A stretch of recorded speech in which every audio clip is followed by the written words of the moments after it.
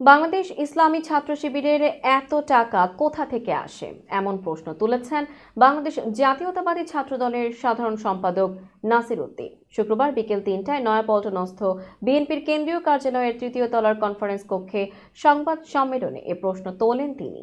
এছাড়া ছাত্রদল সভাপতির অভিযোগ, সম্প্রতি কোনো অপ্রীতিকর ঘটনা ঘটলে সেখানে বাংলাদেশ জাতীয়তাবাদী ছাত্রদলের নাম জড়িয়ে উদ্দেশ্য প্রণোদিত হয়ে খবর প্রচার করা হচ্ছে।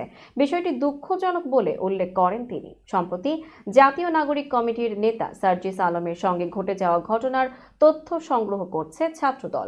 এগুলো পর্যালোচনা করে দেখা হবে বলে সংবাদ সম্মেলনে জানানো হয়েছে।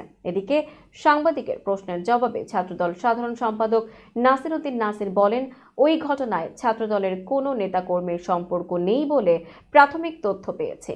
আরেক প্রশ্নের জবাবে ছাত্রদল সম্পাদক বলেন, আমরা গণমাধ্যমে ছাত্র শিবিরের সেক্রেটারিকে বলতে শুনেছি তারা প্রতিদিন গণ ইফতার কর্মসূচিতে ৩ লাখ টাকা ব্যয় করছেন। আমাদের প্রশ্ন হচ্ছে তারা এত টাকা কিভাবে উপার্জন করছেন, তাদের আয়ের উৎস কি? একটি সাধারণ ছাত্র সংগঠন মাসে ৯০ লাখ টাকা কোথায় পাচ্ছে, এই আমরা গণমাধ্যমের মাধ্যমে শিবিরের কাছে জানতে চাই।